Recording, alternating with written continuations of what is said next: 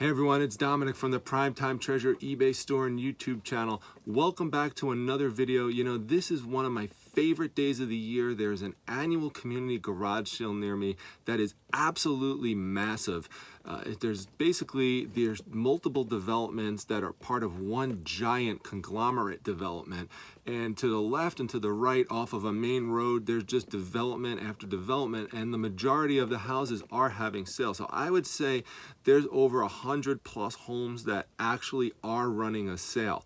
So it's really fun, and you know, there's food vendors set up on the street, there's music, it's a great time. So I'm really looking forward to going out there again. I've gone there the last few years. I kind of have a little bit of a route that I follow, and so along the way I'm going to stop off at different garage sales here and there, and if I find something useful or a tip or a trick, I'm going to point them out to you along the way so that you could learn some of the things that I use and that I look for when I'm finding goodies. Now, you really can make a lot of money doing what I'm saying. You're not necessarily going to make it all in one shot, but if you see the strategy that I employ, I'm pretty much purchasing items that are less than $5. Usually they're $1 or 50 cents, and these are items that you could turn around and flip for $20, $30, $40, $50. So if you keep accumulating that over time, it adds up. And if you do this not just one day, but you go out and do it the next day, and then you do it the next day, and then you do it the next weekend, it adds up, and you could bring in significant income into your family, and it's really, really a good feeling. So come check out what I do, and join me for a little ride and see some tips and tricks along the way. So I'm out at the first sale, and right behind the table there are these bags of clothes, and no one's looking through them because people thought they were not for sale, but you just have to ask. They are for sale. And pulling this out, there is a nice black and red shawl, new with tags, for $1. So I'm going to pick this up. So, you know, don't assume that these things are not for sale. You just have to ask. The person just didn't have enough room at the sale to pick them up. I'll give you a broader perspective of what I'm talking about and why people might have missed this.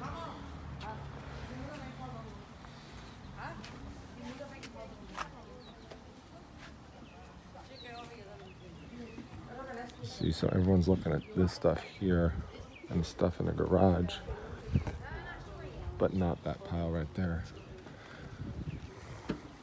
which is behind where you would check out, right over here. So always ask. All right, so I'm at another sale, another box. You gotta check out these boxes, because what do we have here? Leather pants for $1. You can't pass that up. That's gonna be good. Those could sell for as high as 50. So we're gonna pick these up. But again, reminder, you gotta check out the boxes and you gotta dig. So this is another good one as well. This is a brand called Lola. Nice, cute, thin woman's shirt. Again, for just $1. So eat your heart out, Goodwill and Salvation Army. This is why you gotta go to garage sale.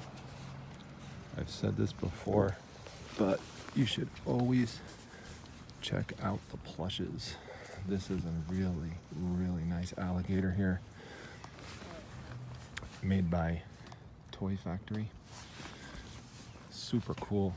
Look at those eyes. Look at those teeth right there. This is a $40 alligator. Check out the comps. 50 cents. That's it. Totally picking that up. So yeah, you always want to make sure that you're looking underneath the books, because right underneath here, Tomb of Dracula, that's a hot title that you want to get from the 70s. It's about a $15, $17 book in this condition. So definitely going to pick it up for $2. Maybe you can get it for $1. All right, so this is one of my favorite things to find, which is printing ink. But you have to make sure you check the expiration dates. These expire in June of 2014. Now, some people will tell you that the expiration dates don't matter and that the ink will still work. That's true to an extent. You really have to know how old it is. And this being 4 years old, I'm just not going to take a chance on it, so I'm not going to pick them up. But other people may do so. This one, I see, is open on the side. It's got some tape on it there, so you got to check for that as well. Same thing here, 2015. So it's a judgment call on them. Some people would pick them up. I'm just going to pass on them. You these shirts are definitely cool, and better than that, they are free. Hey buddy, what's going on? How you doing? Hi. This dog's name is Dixie. Hi Dixie. How you doing? How you doing? You are the cutest little dog. Thanks for giving me these free shirts. I really like them. I'm gonna pick them up. 1, 2. Some handyman guy's gonna want these. They are like brand new. So great deal right here. So I have the cat version of this, and I'm gonna pick this up. This is the dog version, just a couple bucks. So when you see these, they're lock boxes, and you just take this peg up like this, and then inside you'll see there's a storage area. Just take it out. So if the cat one didn't sell, then I could combine it with the dog one. Okay, see what we got over here. Little bag of books. I'm gonna take this off again. Anything in there's $1, sir. Anything in here is $1? Okay. Well, look good here. Diary to Wimpy Kid books. I told you in prior videos to look out for these. Get the hardcover versions of them. Just check them out. Make sure that the bindings look good, which they do. And just open them up. Make sure that there's no name written inside. That's good. And just do a look through, make sure the pages are clean with no writing in it, and you're all set. Pick them up for $1, lot them together, and you are all good. So, looks like this is a guitar amp. Orange Crush. Nice piece. 20 bucks. See what we can do on that. All right, so I'm in the car, wound up getting it. And I got it for $10. How did I do that? She was selling it on behalf of her friend. Her friend wasn't there. She was trying to text her friend. She said, how much do you want to give me for it? I offered 10, hoping to get it for 10, but realistically thinking she'd counter at 15, but she did not. And she just said, sure, take it for 10. So this is an amplifier for a guitar. I did test it in the garage. It does work, does turn on. So this is about anywhere between $85 to $100 piece to get it for 10. Probably going to cost like 10-15 bucks to ship it, but still it's going to be a nice profit even after fees and shipping.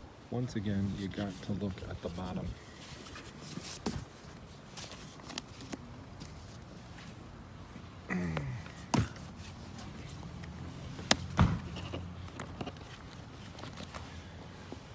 Always look for Beatles stuff. There we go. So I ended up getting this one for 50 cents. This is anywhere between a $17 and $25 book all day. So great little purchase. Wound up getting that Tomb of Dracula book for $1. So, you know, these things add up. $10 here, $15 there, $25 here. Adds up real fast, folks. So we're gonna move on to the next one. Here's some more that I'm pulling out of here. I'll talk to you about these later, but these books are just, some of these are just incredible. I can't even believe the condition they're in, so I want to get these. All right, just got back into the car just to do a little review of a few things. One of the things that I picked up was, before I get to those books, was this Walkman. Now, if you could find an old Sony Walkman that works, or any kind of Walkman, but preferably the Sonys, you know, Panasonic would do good as well.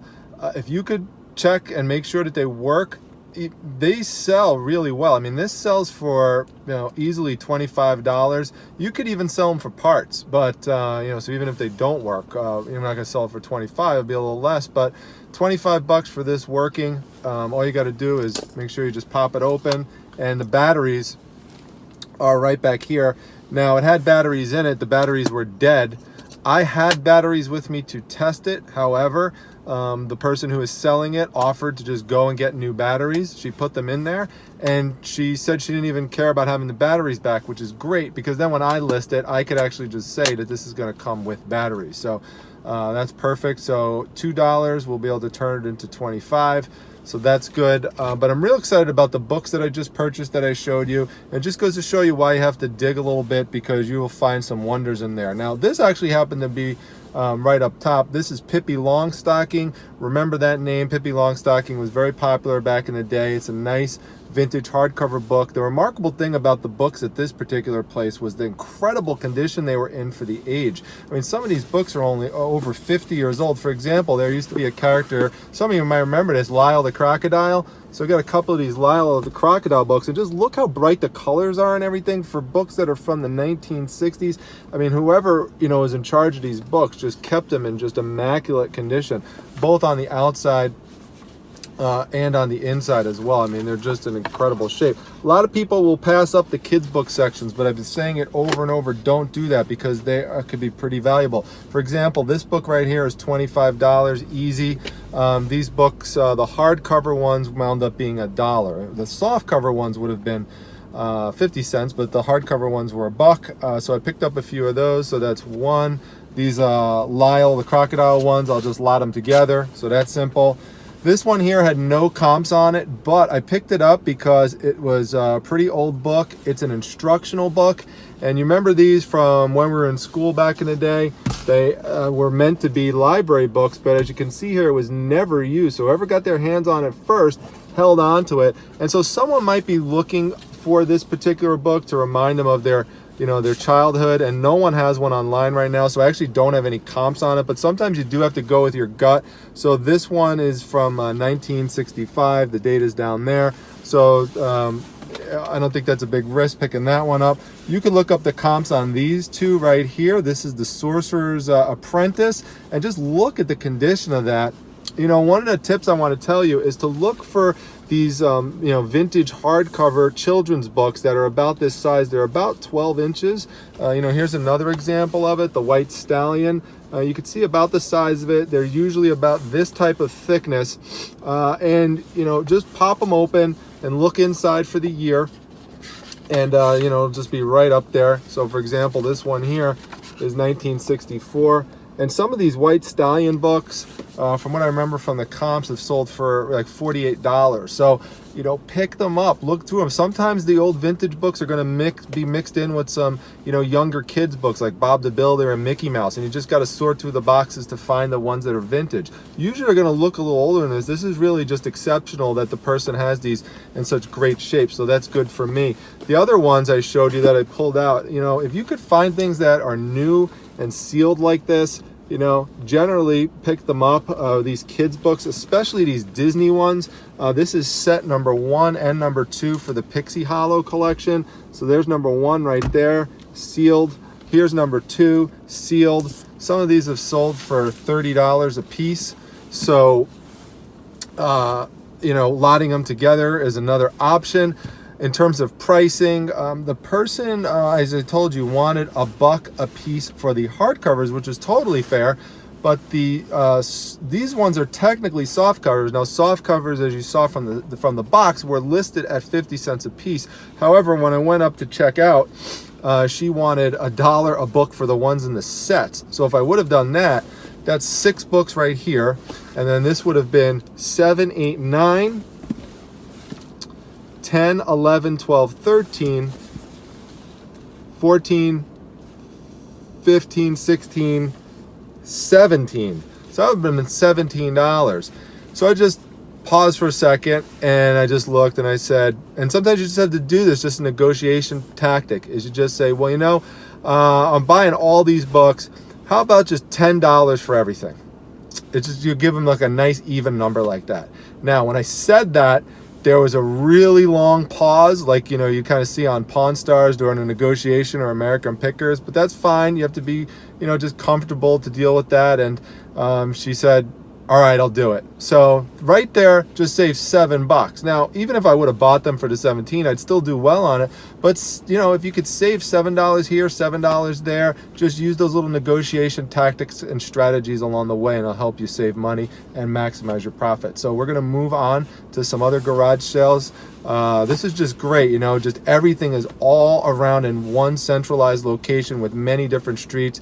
It's absolutely huge. I could be here all day from 8 to 4 if I need to, and just have non-stop selection of houses to go to. So we're going to keep going on to some others and hopefully find some more goodies.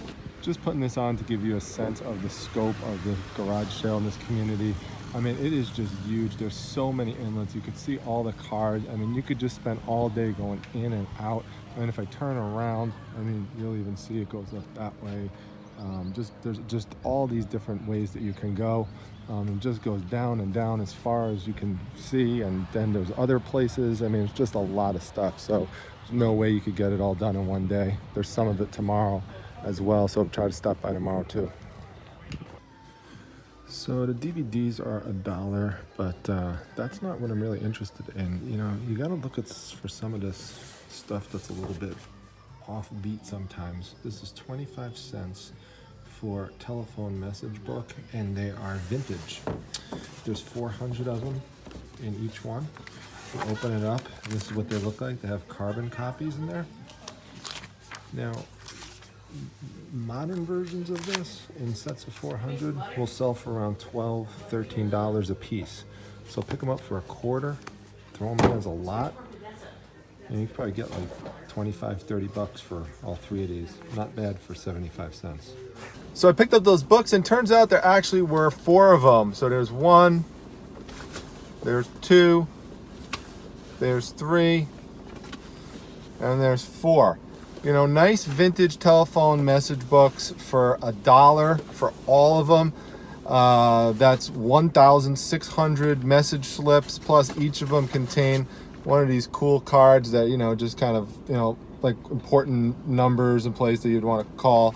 So, you know, like I said, that's about, you know, they're individually something like this. A more modern version of it would sell for like 13 bucks. So, you know, having 4 of them like that, I could either lot them together or piece them out. I'll probably just lot them together for maybe like $30 or something like that, you know, minimum. And, you know, that's a good flip for $1. You just see these just keep, again, adding up and adding up throughout the day. So, you know, by the end of this, you know, winds up being hundreds and hundreds of dollars of potential profit. So we're going to move on to the next thing. Okay, so come up a box of free books and free movies. Nothing in the free box here that looks good for the books. But if you go over to the DVDs, we've got Pokemon, and I get these Pokemon DVD sets and I lot them together. But you always want to check the inside, because sometimes the disc might be missing, but you could just look around, and sure enough, this is the one that goes with it. So if I would have not checked, I would have walked away, and it would not have been worth anything. And then here is G.I. Joe. G.I. Joe is popular and for free. There is no risk involved. Just pick it up, and maybe, you know, you see some other G.I. Joes and you make a little G.I. Joe DVD lot. So I'm going to walk away with these 2 for free and turn them into profit down the line.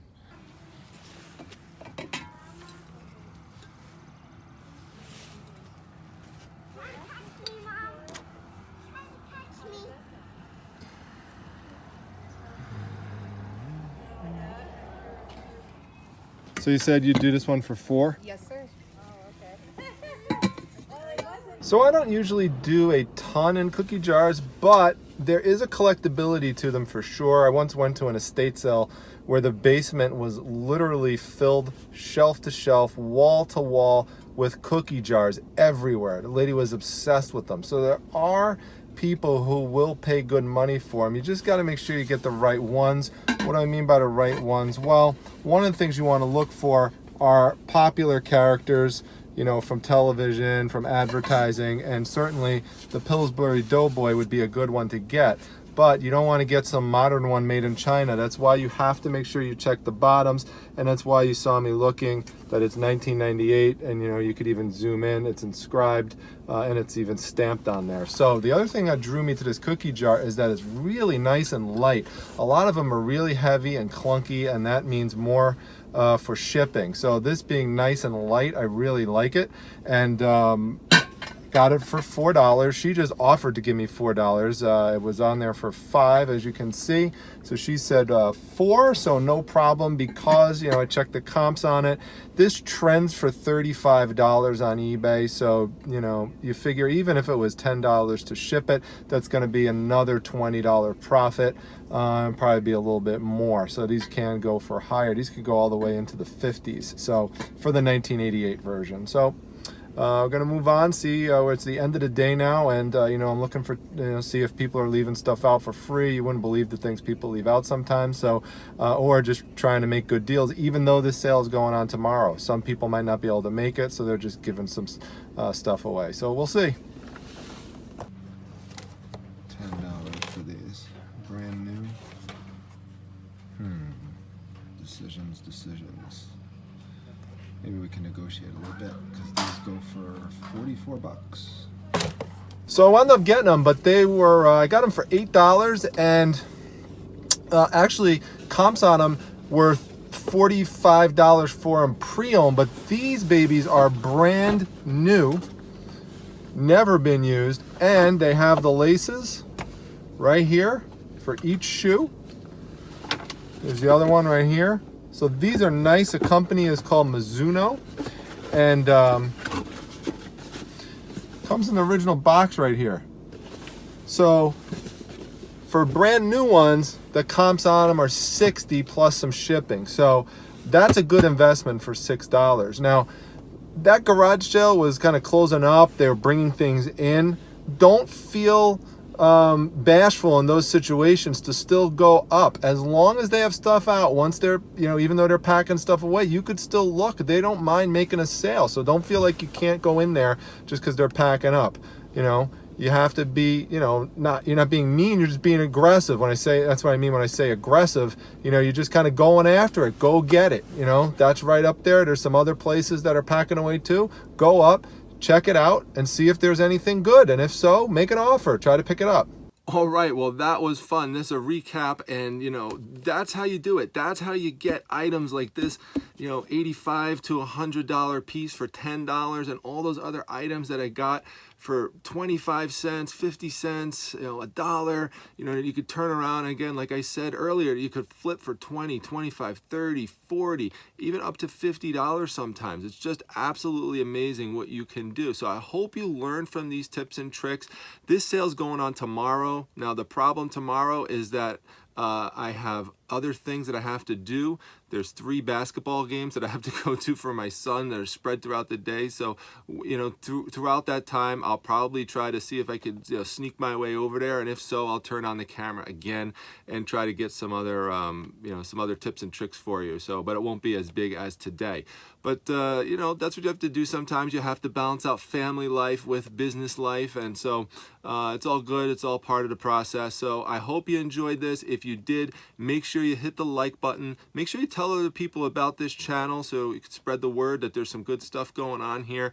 Make sure you come and join my Facebook group down below, and it's in the description section, the Facebook Reselling Resource Center, where there's tons of other tips and tricks along the way during the day, including my be on the lookout item of the day, which is just something that I really think you'll learn a lot from and get some good information from. Also, real important, make sure you subscribe to this channel. Want to get that subscription number up to 200, getting close. Where last check I saw was 176, so moving up there. So if you're watching these videos and haven't hit subscribe yet, make sure you subscribe. It just is a great indicator to me that you're really enjoying the content.